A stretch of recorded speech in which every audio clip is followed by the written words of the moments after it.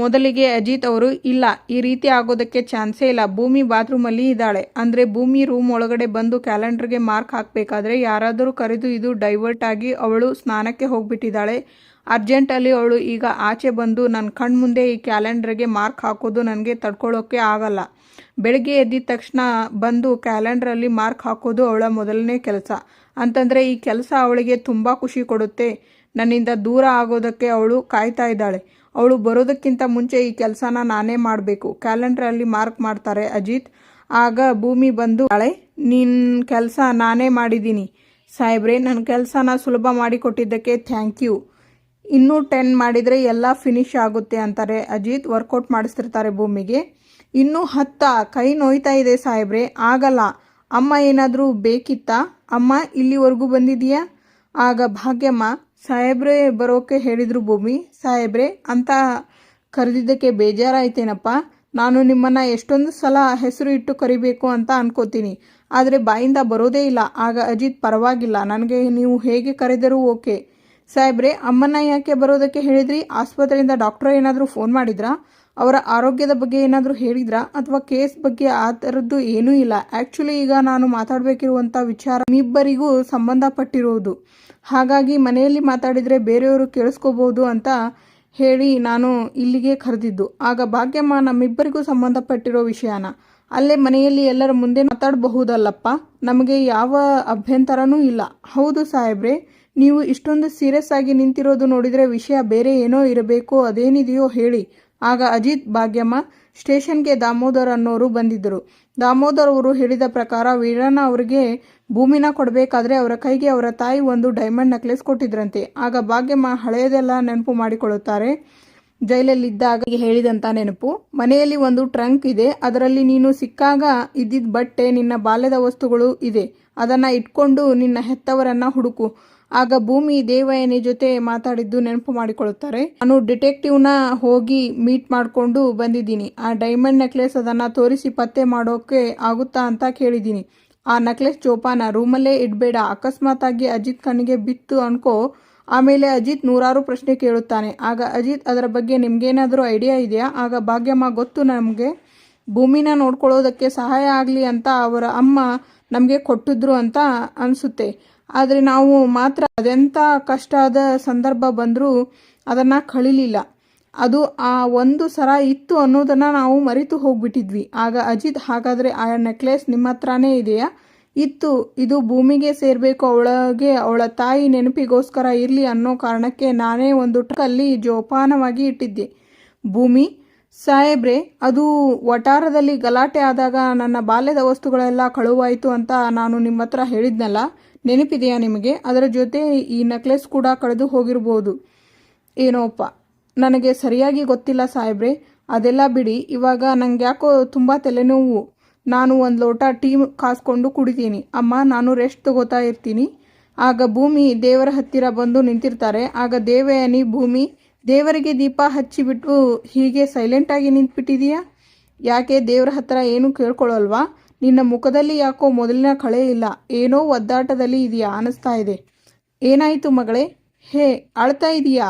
ನೋಡು, ಅಳಬಾರ್ದು. ವಿಷಯ ಏನೇ ಇದ್ದರೂ ನನ್ನ ಹತ್ರ ಹೇಳ್ಕೊ, ನಿನ್ನ ಮನಸ್ಸು ಹಗುರ ಆಗುತ್ತೆ. ಆಗ ಭೂಮಿ, ಸಾಹೇಬ್ರು ನನ್ನ ಹತ್ರ ಆ ಡೈಮಂಡ್ ನೆಕ್ಲೆಸ್ ಬಗ್ಗೆ ವಿಚಾರಿಸಿದರು.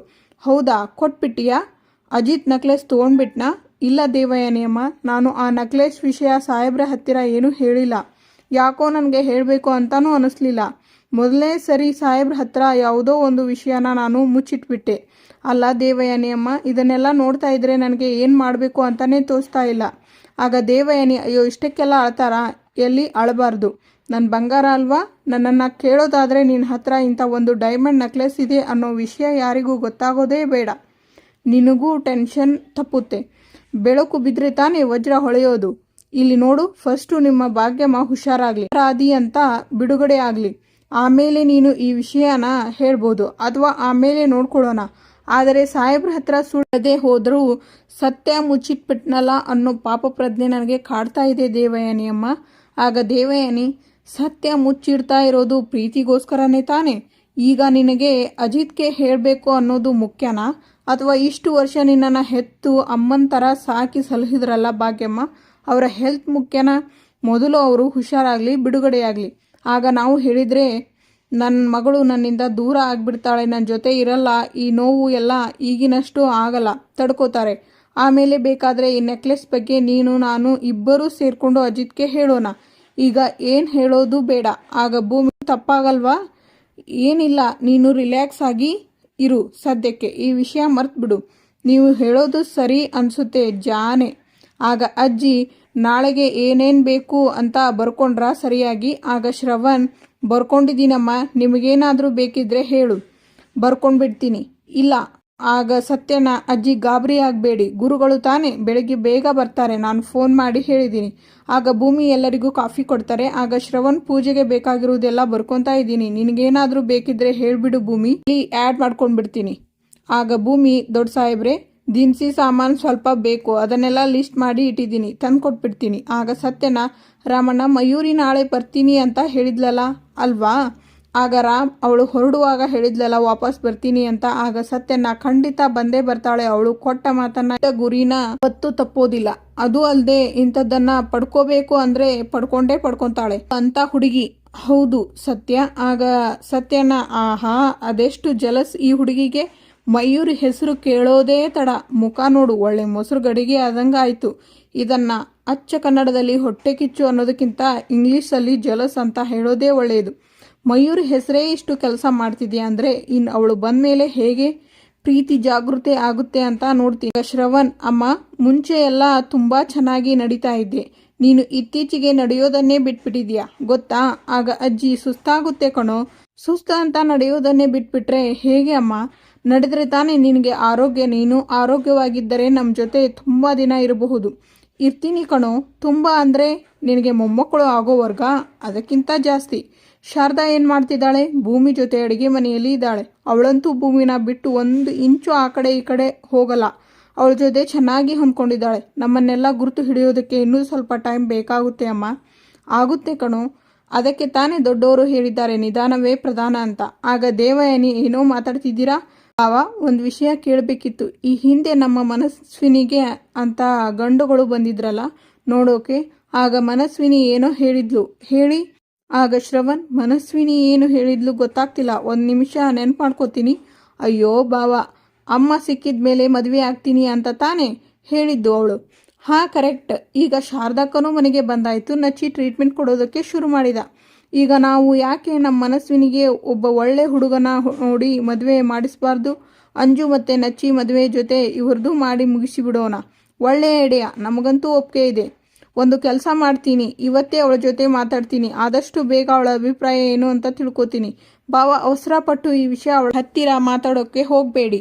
ಆಮೇಲೆ ಅವಳು ಅಮ್ಮ ಹುಷಾರಾಗಲಿ ಅಪ್ಪ, ಆಮೇಲೆ ಮಾಡ್ಕೋತೀನಿ ಅಂತ ಹೇಳಿಬಿಡ್ತಾಳೆ. ಒಂದು ಕೆಲಸ ಮಾಡೋಣ, ಫಸ್ಟ್ ಹುಡುಗನ್ನ ಕರೆಸಿ ಬಿಡೋಣ, ಆಮೇಲೆ ನಾವು ಮನೆಯವರೆಲ್ಲ ಸೇರಿ ಒಪ್ಪಿಸಿದ್ರೆ ಆಯಿತು. ಇದೇನು ಕಷ್ಟದ ಕೆಲಸ ಅಲ್ಲವಲ್ಲ. ಮನಸ್ವಿನಿಗೂ ಮದುವೆ ವಯಸ್ಸು ದಾಟೋಕ್ಕೂ ಮುಂಚೆ ಮದುವೆ ಮಾಡಿಬಿಟ್ರೆ ಒಳ್ಳೆಯದು. ಆಗ ಅಜ್ಜಿ, ದೇವಯಾನಿ ಹೇಳ್ತಾ ಇರೋದು ನಿಜ, ಮನಸ್ವಿನಿಗೂ ಗಂಡು ನೋಡೋಕೆ ಶುರು ಮಾಡಪ್ಪ. ಸರಿಯಮ್ಮ. ಆಗ ಅಜಿತ್, ಹೋಯ್, ಬೆಳಗ್ಗೆ ತಾನೇ ಬೆಡ್ ಎಲ್ಲ ಕ್ಲೀನ್ ಮಾಡಿದ್ದೆಲ್ಲ, ಮತ್ತೆ ಇನ್ನೊಂದು ಸಲ ಮಾಡ್ತಿದ್ಯಾ? ಸುಸ್ತಾಗಲ್ವಾ ನಿಂಗೆ? ಸಾಹೇಬ್ರೆ, ಇನ್ನು ಮುಂದೆ ನನಗೆ ಆ ಅವಕಾಶ ಇರಲ್ವಲ್ಲ, ಅದಕ್ಕೆ ನನ್ನ ಖುಷಿಗೆ ನನಗೆ ಇಷ್ಟ ಆಗಿರೋ ಕೆಲಸ ಎಲ್ಲ ಮಾಡ್ತಾ ಇದ್ದೀನಿ ಅಷ್ಟೇ. ನಿನಗೆ ಖುಷಿ ಆಗಬಹುದು, ಆದರೆ ನೀನು ಈ ಥರ ಕಷ್ಟಪಡೋದು ನನ್ನ ಕೈಯಲ್ಲಿ ನೋಡೋದಕ್ಕೆ ಆಗಲ್ಲ. ಬೇಜಾರು ಮಾಡ್ಕೋಬೇಡಿ ಸಾಹೇಬ್ರೆ, ಅಷ್ಟಕ್ಕೂ ಬೇಜಾರು ಮಾಡೋದು ನನ್ನ ಉದ್ದೇಶ ಅಲ್ಲ. ಅಂಜು ಮದುವೆ ಒಂದು ಆದರೆ ನಾವಿಬ್ಬರು ಕಾಂಟ್ರಾಕ್ಟ್ ಮದುವೆ ಆಗಿದ್ದು ಉದ್ದೇಶ ಮುಗಿಯುತ್ತೆ ಅಲ್ವಾ? ಆಗ ಅಜಿತ್ ಮನಸ್ಸಲ್ಲಿ, ಹೌದು ಭೂಮಿ, ಅವತ್ತು ನಿನಗೆ ಕಾಂಟ್ರಾಕ್ಟ್ ಮದುವೆಗೆ ಒಪ್ಸೋದಕ್ಕೆ ಕಾರಣ ಇದ್ದಿದ್ದು ಅದೇ. ಆದರೆ ಈಗ ನಾನು ನಿನ್ನ ಜೊತೆ ಜೀವನ ಪೂರ್ತಿ ಗಂಡ ಹೆಂಡತಿ ಆಗಿ ಬದುಕಬೇಕು ಅನ್ನೋ ಆಸೆ ಇದೆ. ಯಾಕೆ ಸಾಹೇಬ್ರೆ, ಯಾಕೆ ಸುಮ್ಮನಾಗ್ಬಿಟ್ರಿ? ಮಾತಾಡಿ. ನಮ್ಮಿಬ್ಬರ ಕಾಂಟ್ರಾಕ್ಟ್ ಮುಗಿದು ಹೋದರೂ ನಮ್ಮ ಬಾಳಲ್ಲಿ ಯಾವುದೇ ರೀತಿ ವ್ಯತ್ಯಾಸ ಇರೋದಿಲ್ಲ ಅಲ್ವಾ? ಅಲ್ಲ ಭೂಮಿ, ವ್ಯತ್ಯಾಸದ ಬಗ್ಗೆ ಹೇಳುವುದು ತುಂಬ ಕಷ್ಟ ಆಗ್ಬೋದು. ಸರಿ, ಹಾಗಿದ್ರೆ ನೀನೇ ಹೇಳು, ನಮ್ಮ ಕಾಂಟ್ರಾಕ್ಟ್ ಮುಗಿದು ಹೋದ್ಮೇಲೆ ಜೀವನದಲ್ಲಿ ಏನೂ ವ್ಯತ್ಯಾಸನೇ ಆಗೋದಿಲ್ವಾ? ಸಾಹೇಬ್ರೆ, ಇದೇನಿದು? ನಾನು ನಿಮ್ಮನ್ನ ಪ್ರಶ್ನೆ ಕೇಳಿದರೆ ನೀವು ವಾಪಸ್ ನನಗೆ ಅದೇ ಪ್ರಶ್ನೆ ಕೇಳ್ತಿದ್ದೀರಲ್ಲ, ಮೊದಲು ನೀವು ಹೇಳಿ ಸಾಹೇಬ್ರೆ. ಆಗ ಭೂಮಿ ಮನಸ್ಸಲ್ಲಿ, ನನಗೆ ಏನಾಗ್ತಿದೆ ಅನ್ನೋದೇ ಗೊತ್ತಿಲ್ಲ ಸಾಹೇಬ್ರೆ, ನೀವು ನನ್ನ ಒಳ್ಳೆ ಫ್ರೆಂಡ್ ಅಂತಿದ್ದೀರಾ. ಈಗ ನನ್ನ ಮನಸ್ಸಲ್ಲಿ ಇರೋದನ್ನು ನಿಮ್ಮ ಹತ್ರ ಹೇಳ್ಕೊಂಡ್ಬಿಡ್ತೀನಿ, ಆಗ ನೀವೇ ನನಗೆ ಏನಾಗ್ತಿದೆ ಅಂತ ಹೇಳ್ಬೋದು ಸಾಹೇಬ್ರೆ. ನಾನು ಆಗ ಅಜಿತ್ಗೆ ಸುಂದ್ರಿ ಕಾಲ್ ಬರುತ್ತೆ. ಹಲೋ ಸುಂದ್ರಿ. ಹೌದು, ಗಣಹೋಮ ನಾಳೆನೇ ನೀನು ಆ ಜಾಗದಲ್ಲಿ ಇತ್ತು ಅಂತ ಹೇಳಿದರೆ ಗಣಹೋಮ ಇನ್ನೂ ಸ್ಪೆಷಲ್ ಆಗುತ್ತೆ. ಬರಲಿಲ್ಲ, ನಾನು ಪೂಜೆಗೆ ಕೂತ್ಕೊಳ್ಳಲ್ಲ. ಆಗ ಭೂಮಿ ಮನಸ್ಸಲ್ಲಿ, ಸಾಹೇಬ್ರು ನನ್ನ ಹತ್ರ ಯಾವತ್ತಿಗೂ ಈ ರೀತಿ ಮಾಡಿಲ್ವಲ್ಲ, ಒಂದೇ ಒಂದು ಸಲನೂ ಹೇಳಿಲ್ಲ. ಆದರೆ ಎಷ್ಟು ಸಲೀಸಾಗಿ ಈ ಮಯೂರಿ ಜೊತೆಯಲ್ಲಿ ಮಾತಾಡ್ತಿದ್ದಾರೆ, ನಾನು ಇವರಿಗೆ ಅಷ್ಟು ಕ್ಲೋಸ್ ಅಲ್ಲ ಅಂತ. ಭೂಮಿ, ಅಲ್ಲ, ನಮ್ಮ ಸಾಹೇಬ್ರು ತೋರಣ ಕಟ್ಟೋದ್ರಲ್ಲಿ ಎಷ್ಟೊಂದು ಬ್ಯುಸಿ ಆಗಿಬಿಟ್ಟಿದ್ದಾರೆ. ಒಂದೇ ಒಂದು ಸರ್ತಿ ಆದರೂ ನನ್ನ ಕಡೆ ನೋಡಬಾರ್ದಾ? ರಂಗೋಲಿ ಕಡೆ ಆದರೂ ನೋಡಿದರೆ ರಂಗೋಲಿಗೆ ಬಣ್ಣ ತುಂಬಕ್ಕಾದರೂ ಬಂದಿರೋರು.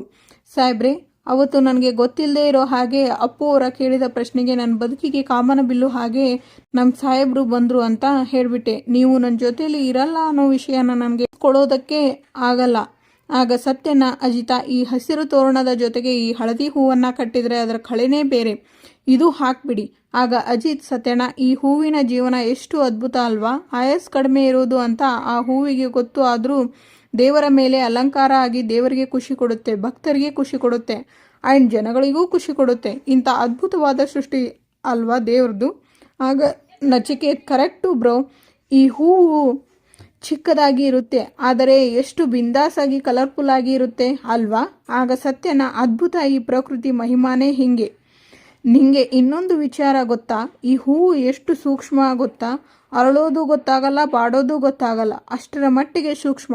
ಅದು ಜೀವವಿಲ್ಲದ ಶರೀರ ಮೇಲೆ ಇದ್ದರೂ ಕೂಡ ಅದರ ಪರಿಮಳ ಬೀರೋದನ್ಸಲ್ಲ. ಅದು ಆಗ ಶ್ರವಣ್, ಮನುಷ್ಯನ ಜೀವನಾನು ಹೀಗೆ ಇದ್ದರೆ ಎಷ್ಟು ಚೆನ್ನಾಗಿರುತ್ತೆ ಅಲ್ಲ? ಬೆಳಗ್ಗೆ ನಾನು ಹೂವಿನ ಮಾರ್ಕೆಟ್ಗೆ ಹೋಗಿದ್ದಾಗ ಅಲ್ಲಿನ ಹೂವಿನ ಪರಿಮಳ ಎಷ್ಟು ಗಮ್ಮಂತಿತ್ತು ಅಂದರೆ ಒಂದು ಕ್ಷಣ ನನ್ನನ್ನು ನಾನೇ ಮರೆತು ಹೋದೆ. ಆಗ ನಚ್ಚಿ, ಅಲ್ಲ, ಮಾರ್ಕೆಟಲ್ಲಿರೋ ಹೂವಿನ ಪರಿಮಳಕ್ಕೆ ಒಂದು ಸೆಕೆಂಡ್ ಕಳೆದು ಹೋದ್ರಿ ಅಂದರೆ ಇನ್ನು ಶಾರದಾ ಅತ್ತೆ ಏನಾದರೂ ಮುಡ್ಕೊಂಡ್ರೆ ತರಲೆ, ಸುಮ್ಮನೆ ಇರು. ಆಗ ಅಂಜು, ಭೂಮಿ, ನನಗೂ ರಂಗೋಲಿ ಹೇಗೆ ಹಾಕೋದು ಅಂತ ಹೇಳ್ಕೊಡ್ತೀಯಾ? ಅದರಲ್ಲಿ ಹೇಳ್ಕೊಡೋದು ಏನಿದೆ ಅಂಜು, ದಿನ ನೀನೇ ಹಾಕ್ತಾ ಇರು, ಕಲ್ತ್ಕೊಂಡ್ಬಿಡ್ತೀಯಾ? ಹಾಗಾದರೆ ಇದರಲ್ಲಿ ಕಲರ್ಸ್ ಎಲ್ಲ ನಾನು ಫಿಲ್ ಮಾಡಲಾ? ಇದಕ್ಕೆಲ್ಲ ಬಣ್ಣ ನೀನೇ ತುಂಬು. ಆದಷ್ಟು ಬೇಗ ಮದುವೆ ಆಗ್ತಿದೆಯಲ್ಲ, ಕಲ್ತ್ರೆ ಒಳ್ಳೆಯದು. ಇವತ್ತಿನ ಸಂಚಿಕೆಯಲ್ಲಿಗೆ ಮುಕ್ತಾಯವಾಗುತ್ತದೆ. ಮುಂದಿನ ಸಂಚಿಕೆಯಲ್ಲಿ ಸತ್ಯನ ಭೂಮಿಯ ಹತ್ತಿರ ಮಾತಾಡ್ತಿರ್ತಾರೆ. ನಾನು ಒಂದು ವಿಷಯ ಕೇಳ್ತೇನೆ, ಪ್ರಾಮಾಣಿಕವಾಗಿ, ಬೇಜಾರು ಮಾಡ್ಕೊಳ್ಳದೆ ನನಗೆ ನೀನು ಉತ್ತರ ಕೊಡಬೇಕು. ಹೇಗೂ ಇನ್ನು ಕೆಲವು ದಿನಗಳಲ್ಲಿ ನಿನ್ನ ಅಜಿತ್ನ ಕಾಂಟ್ರಾಕ್ಟ್ ಮದುವೆ ವಿಚಾರಗಳು ಮುಗಿದು ಹೋಗುತ್ತೆ. ನಿನ್ನ ಜೊತೆಗಿನ ಒಪ್ಪಂದ ಮುಗಿದ ಮೇಲೆ ಅಜಿತನಿಗೆ ಬೇರೆ ಮದುವೆಗೆ ಒಪ್ಪಿಸಬೇಕು. ಆಗ ಅಂಜು, ಶಬಾಷ್, ಒಪ್ಪಂದದ ಮದುವೆ ಮಾಡಿಕೊಂಡು ಎಲ್ಲರೂ ಒಪ್ಪೋ ಹಾಗೆ ಆ್ಯಕ್ಟ್ ಮಾಡಿ ನಮ್ಮೆಲ್ಲರಿಗೂ ಚೆನ್ನಾಗಿ ಚಳ್ಳೆಹಣ್ಣು ತಿನ್ನಿಸಿದ್ರಿ ಅಲ್ವಾ? ಇವಾಗಲೇ ನಾನು ಎಲ್ಲರ ಹತ್ರ ಹೋಗಿ ಸತ್ಯ ಹೇಳ್ತೀನಿ. ಆಗ ಭೂಮಿ, ಅಂಜು, ನನ್ನ ಮಾತು ಕೇಳು ಅಂಜು ಅಂತ ಅವಳ ಹಿಂದೆ ಹೋಗ್ತಾರೆ. Thank you for watching.